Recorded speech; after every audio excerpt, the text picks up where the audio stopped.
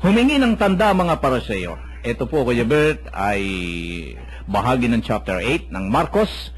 May dumating na mga Pariseo at nakipagtalo kay Jesus. Ibig nilang masilo siya, kaya hinihingi nila nang magpakita si Jesus ng isang tanda mula sa langit.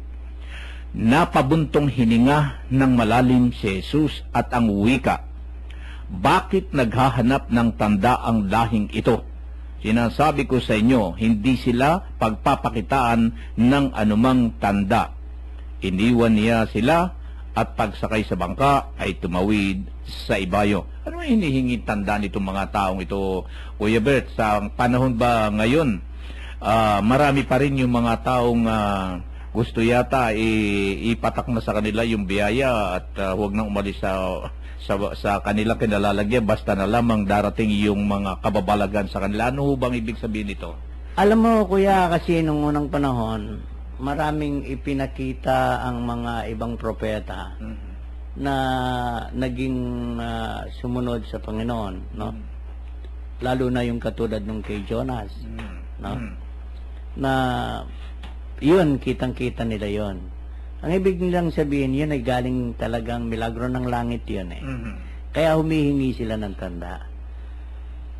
Kung makikita mo rito, Kuya Mene, madarama mo kung ano ang nadama ng Panginoon nung huminga siya ng malalim, nang humihingi sa kanya ng tanda. Kuminsan kasi tayo, palagay mo yung ating mga anak, pinapaliwanagan natin. Kuminsan sa katigasan ng kanilang ulo, kuminsan napapabuntong hininga tayo eh. Nakakahinga tayo ng malalim. Parang ayaw sumunod sa atin. Ganon itong nadadama ng ating Panginoon.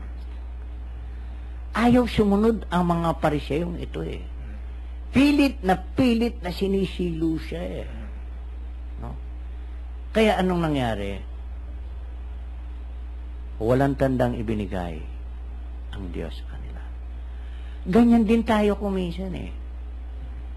Ginagawa rin natin ito sa ating mga anak, lalo na yung matitigas ang ulo eh. Di ba? Kung ano man ang gusto nila, hindi natin binibigay eh. Dahil sa katigasan ng ulo nila. Walang pagkakaiba sa ginagawa natin ng Panginoon.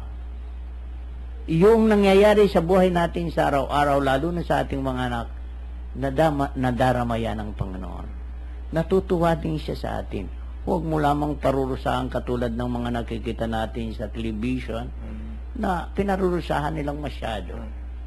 Pero ang Panginoon, yung matitigas ang ulong mga anak niya, ay hindi rin niya binibigyan ng gusto nila, kundi tinitikis pa niya. So, ganito ang pangyayari, Kuya. Sana huwag tayong matigas ang intindihin natin. Panaligan natin siya.